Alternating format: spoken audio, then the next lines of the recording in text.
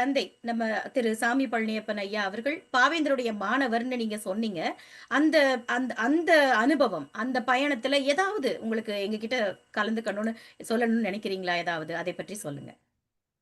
அப்பா பற்றி நிறைய சொல்லலாம். அப்பா வந்து பெரியார், அண்ணா, கலைஞர், நாவலர் நெடுஞ்செழியன், பேராசிரியர் அன்பழகன், கண்ணதாசன், முத்தமிழ் காவலர் கி.ஆ.பி. விஸ்வநாதம், கணபதி ஸ்தபதி, இது மாதிரியான மிகப்பெரிய ஆளுமைகளோட பழகுனவங்க.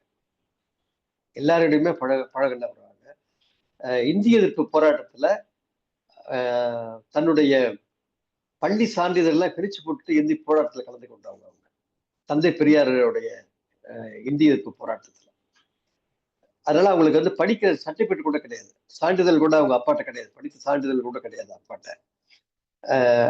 பாரதிதாசன் அவர்கள் திருக்குறளுக்கு உரை எழுதுகிற நேரத்துல தான் பாரதிதாசன் கூட அவங்க போனாங்க. அவரோட பழகினது, பங்காற்றினதெல்லாம் அந்த காலகட்டத்துல. குடியரசு பத்திரிகையில அப்பாவுடைய கவிதைகள் வெளிவந்திருக்கு. பெரியாருடைய குடியரசு பத்திரிகையில. அதே மாதிரி அண்ணா நடத்தின திராவிட நாடு பத்திரிகைகள்ல அப்பாவுடைய கவிதைகள் வெளிவந்திருக்கு. அப்பா பத்திரிகையாளராக இருந்து எழுதின தலையங்கங்கள் எல்லாம் வந்து பேரறிஞர் அண்ணா தனது திராவிட நாடு பத்திரிகையில் பதிவு பண்ணி அது மேற்கோள் காட்டியெல்லாம் நிறைய எழுதியிருக்கிறாங்க. அவ்வளவு பெருமைகளுக்கு உள்ளவர் எங்களுடைய அப்பா. இயல்பாக இருப்பது, எளிமையாக வாழ்வது, வாழ்வை அமைதியாக எதிர்கொள்வது, இவைதான் என்னுடைய அப்பா எனக்கு கற்றுக் கொடுத்த வாழ்க்கை. அவங்க அப்படித்தான் இருந்தாங்க. திருக்குறளுக்கு அப்பாவும் ஒரு உரை எழுதினாங்க. அந்த உரை வெளிவந்த போது பாத்தீங்கன்னா அவங்களுடைய பேர பிள்ளைகள் எல்லாத்தையும் கூப்பிட்டு எல்லாருக்கும் கையெழுத்து போட்டு ஆளுக்கு ஒரு திருக்குறள் உரை கொடுத்து இதெல்லாம் இங்க படிக்கணும், கொண்டு போய் அலமாரில வச்சிடக்கூடாது அப்படின்னு சொல்லி கொடுத்தாங்க. அப்புறம் கடைசியில் தன்னுடைய பெயரையே மறந்து விட்ட ஒரு நோய்வாய்ப்பட்டு அவங்க தன்னிலை மறந்து இருந்த நேரத்திலையும் கூட அவங்க மறக்காம இருந்த ரெண்டு விஷயம் என்னன்னு கேட்டீங்கன்னா திருக்குறளும் பாரதிதாசன் கவிதைகளும். என்னுடைய மகள் என்ன பண்ணுவாங்க, பக்கத்துல போய் ஏதாவது திருக்குறள்ல ஒரு வார்த்தை சொன்னா அந்த வார்த்தையை தொடர்ந்து முடிப்பாங்க அந்த திருக்குறளை. அவங்க பேரு எனக்கு அவங்களுக்கு தெரியாது, என்னுடைய பேர் தெரியாது. அந்த சூழல்ல அவங்க மறக்காம இருந்த ரெண்டு விஷயம் அதுதான். அதுதான் அப்பாவோட கடைசி வரைக்கும் இருந்தாங்க.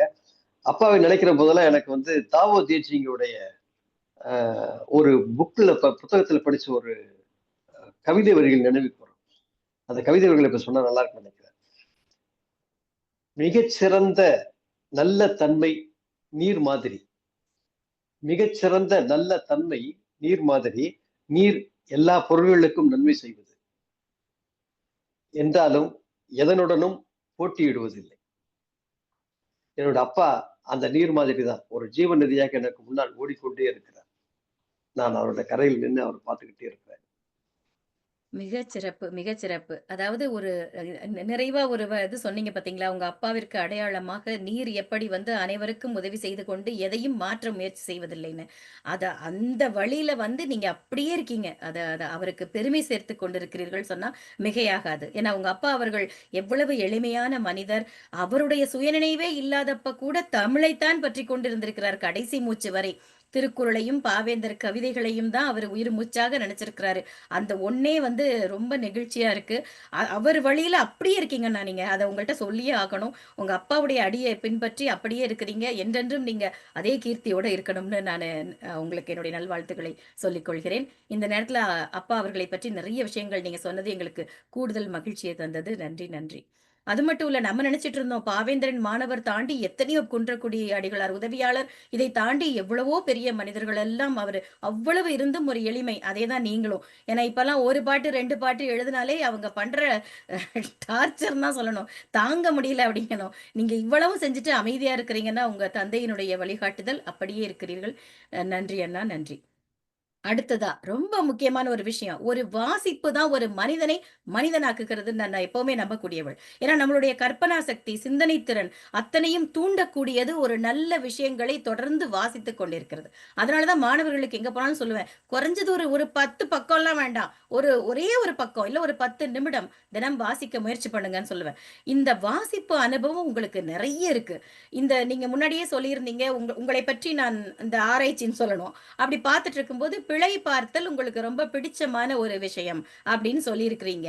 அத பத்தி கேட்கணும்னு ஆசைப்பட்டேன். ஏன்னா முகநூல்ல நீங்க அப்பப்போ போடக்கூடிய கவிதைகள தொடர்ந்து நாங்க எல்லாருமே பின்பற்றி அத வாசித்து பயன் அடைஞ்சுட்டு இருக்கோம்னு தான் சொல்லணும். உங்களுடைய வாசிப்பு அனுபவம், அந்த பிழை பார்த்தல் ஏன் உங்களுக்கு ரொம்ப பிடிச்சமான விஷயம்? அத பத்தி சொல்லுங்கண்ணா. ஒரு ஒரு ஒரு கவிஞனா இருந்தாலும் சரி, எழுத்தாளனா இருந்தாலும் சரி, வாசிக்க வாசிக்கத்தான் எழுத முடியும். வாசிப்பு என்பது ஒரு எழுத்தாளனுக்கோ, கவிஞனுக்கோ அது ஒரு சுவாசம் மாதிரி இருக்கணும். நான் ரொம்ப ரொம்ப என்னுடைய ஆரம்ப காலத்துல வந்து அணில், அம்புலி மாமா இது மாதிரியான சிறார் பத்திரிகைகளை படிச்சிருக்கேன் நான். அங்கிருந்து தான் என்னுடைய வாசிப்பு தொடங்குச்சு. அப்பா வந்து புத்தக கடைக்கு கூட்டிட்டு போகும்போதெல்லாம் அவங்களுக்கு வேண்டிய புத்தகங்கள் வாங்கும்போது எனக்கு 2 புத்தகங்கள் ஏதாவது வாங்கி கொடுப்பாங்க. அப்படியெல்லாம் தான் என்னுடைய வாசிப்பை வந்து அப்பா வளர்த்தாங்க. அது அது மட்டும் இல்லாம இருந்துகிட்டா ஒரு நாள் அப்பா கூட அப்படியே சாயந்தரம் போயிட்டு இருக்கும்போது நான் கவிதைனா என்னப்பா எப்படி எழுதுறதுன்னு நான் கேட்டேன். அந்த ஈர்ப்பு எப்படி வந்துச்சுன்னா அப்பா கவியரங்கள் போகும்போது அப்பா கூட கவியரங்கள் போவேன். அப்ப அந்த கவிஞர்கள் பாடுற நல்ல வரிகளுக்கு கைதட்டு கிடைக்குது பாத்தீங்களா, அந்த கைதட்டினுடைய வசீகரம் எனக்கு கவிதை எழுதணும்னு ஒரு ஆசை. எப்படிப்பா கவிதை எழுதுன்னு கேட்டேன். அப்ப ஒண்ணுமே அப்ப சொல்லல.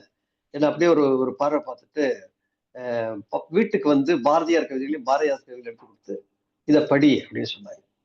நான் 2யும் படிச்சேன். படிச்சுட்டு ஏதாவது சந்தேகம் இருந்தா கேளுன்னு சொல்லிட்டு 2 கவிஞர்களை பற்றிய வாழ்க்கை வரலாறுகளை விட்டு எனக்கு சொல்லி கொடுத்தாங்க. ஒரு கவிஞர் எப்படிலாம் வாழ்ந்தாங்க பாரதியும் பாரதிதாசன். அது என் ஆழ் மனசுல ரொம்ப பதிஞ்சது. அந்த வரிகளை படிச்சேன்.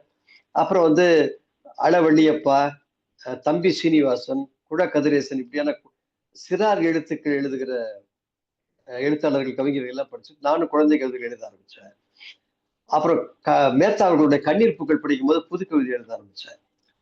இப்படிதான் அன்னையிலிருந்து இன்னைக்கு வரைக்கும் வாசிப்பு தான் என்னை வளர்த்துக் கொண்டே இருக்கிறது. அதுதான் முக்கியமா சொல்லணும். மிகச்சிறப்பு. நம்ம சொல்லுவோம்ல, கடைகளுக்கு போனா பிள்ளைங்க அந்த பொம்மைய வாங்கி குடு, இந்த பொம்மைய வாங்கி குடுன்னு அடம் பிடிப்பாங்க. நீங்க அப்பா கூட போயிட்டு அவரு நூல் வாங்கினா உங்களுக்கு 2. நீங்க சொன்ன மாரி நம்ம சின்ன வயசுல அம்புலி மாமா, தெனாலிராமன் கதைகள் இப்படியெல்லாம் தான் படிச்சுட்டு இருப்போம். உங்களுக்கு அப்பவே ஒரு கேள்வி வந்திருக்கு. கவிதைனா என்ன? ஒரு நல்ல மனசுல இருந்து அப்படியே பேசுறீங்க. எனக்கு ரொம்ப சந்தோஷமா இருக்கு. என்னன்னா, அந்த வசீகரம்னு சொன்னீங்க. அந்த கைத்தட்டல் உங்கள வந்து உங்க அம்மா சொன்ன மாரினா உசுப்பேத்தி விட்டுருச்சு அப்படின்னு சொல்லலாம். உங்களுக்கு ஆமா. அப்படின்னா நான் கவிஞன் ஆகணும். அப்பன்னா கவிதைன்னா என்ன? நான் எப்படி எழுதுறது? அப்படின்னு அங்கேருந்து ஆரம்பிச்சிருக்கீங்க. மிகச்சிறப்பு. அதுவும் உங்க அப்பா முதல்ல உங்களுக்கு குடுத்தது பாரதி, பாவேந்தர். வேற என்ன வேணும்? ஒரு நாணயத்தோட இருபக்கம் மாரி 2யும் ஒரு மிகப்பெரிய வரலாற்று பொக்கிஷத்த கையில குடுத்து உங்கள வந்து தூண்டி விட்டுருக்காங்க. ரொம்ப சிறப்பு, சிறப்பு. அடுத்ததா வந்து நீங்க சொன்னீங்க இல்லையா? அந்த வாசிக்கும்பொழுது தான் நமக்கு நெறைய நம்ம வார்த்தை வங்கின்னு சொல்லுவோம். அதெல்லாம் நம்ம மனசுக்குள்ள நெறைய போக போக தான் புது புது சொற்களை வச்சு நம்ம நெறைய கவிதைகளோ, ஒரு விஷயங்களோ எழுத முடியும். அத ரொம்ப அழகா சொன்னீங்க.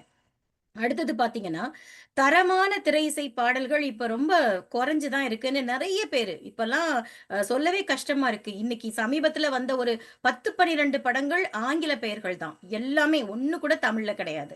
சரி படத்தோட பேரு தான் ஆங்கிலத்தில இருக்குன்னு பார்த்தா, உள்ள பாடல்ங்கிற பேர்ல சில சமயங்கள்ல திடீர்னு சில பேர் ரிங்டோன் வச்சிருக்கிறது ஒரு அமைதியான சூழல்ல, அது பயங்கரமா அதிர்றத பார்த்து தெறிச்சு ஓடுனவங்கலாம் இருக்காங்க பயந்து. அப்படிப்பட்ட ஒரு ஒரு தரமே இல்லாத நெறைய பாடல்கள் தான் வருதுன்னு நெறைய பேருக்கு ஒரு கருத்து இருக்கு. அத பத்தி நீங்க என்ன நெனைக்கிறீங்க? நீங்க நல்லெண்ணெய் குறைந்து நல்லெண்ணெய் பெருகி வருகிற காலம் தான் இது.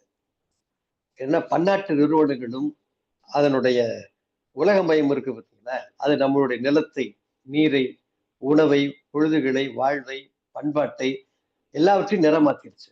அப்படி இருக்கும்போது நம்மளுடைய பாட்டையும், இசையையும் அது நிறமாற்றாமல் இருக்க முடியாது. அதற்கு நம்மளுடைய மக்கள் ப பழகத் தொடங்கிட்டாங்க. இளைய தலைமுறை அதுக்குள்ள போயிடுச்சு. அப்ப எல்லாவற்றிலயும் மாற்றம் வருகிற போது அதுலயும் ஒரு மாற்றம் வருது. ரசனைகள் மாறி இருக்கு. இது வந்து அ இசைக்கும், பாட்டுக்கும் மட்டும் விதிவிலக்கு அல்ல. நம்ம எல்லாமே மாறுறத பார்க்கிறோம். உணவுல இருந்து எல்லாமே மாறுறத பார்க்கிறோம்.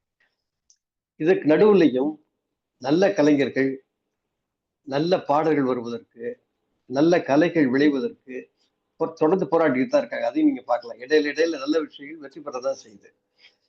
அப்புறம் கண்ணதாசன் தான் சொன்னாரு. "மாற்றம் எனது மானிட மகத்துவம்" அப்படின்னு சொன்னாரு. அவரே தான் சொன்னார். "மாறாதிருக்க நான் வனவனங்கள்" என்று. மனித மனம் வந்து அப்படிதான் மாறி மாறி பயணப்படும். அ என்னன்னு கேட்டீங்கன்னா, நம்ம எல்லாம் காத்திருக்கணும். எப்படி இருந்தாலும் ஒரு நல்ல விஷயம் திரும்பி வரும். எல்லாமே புரண்டு பிடிக்கிற போது, ஒரு நல்ல விஷயமோ, அல்லாதான விஷயமோ மறுபடியும் மறுபடியும் மாறும். நம்ம காத்திருப்போம். நல்லது வரும். மறுபடியும் ஒரு நல்லது வரும். மகிழ்ச்சி. அழகா சொன்னீங்க. அது இயற்கை சுழற்சி அப்படிங்கிற ஒரு இதுல எடுத்துக்கலாம் நம்ம. ஏன்னா காலம் மாறும்பொழுது நமக்கு நல்ல நல்ல பாடல்கள் மீண்டும் இப்ப கூட நீங்க சொன்ன மாதிரி ஒரு 100 பாட்டுக்கு 1 பாட்டு அப்படி வந்து சரி இப்பவும் ஒரு நல்ல பாட்டு இடையில வந்துகிட்டு இருக்கு அப்படின்னு அதையும் நம்ம வந்து மறுக்க முடியாது. அழகா சொன்னீங்க. மாற்றம் ஒன்றுதான் மாறாதது.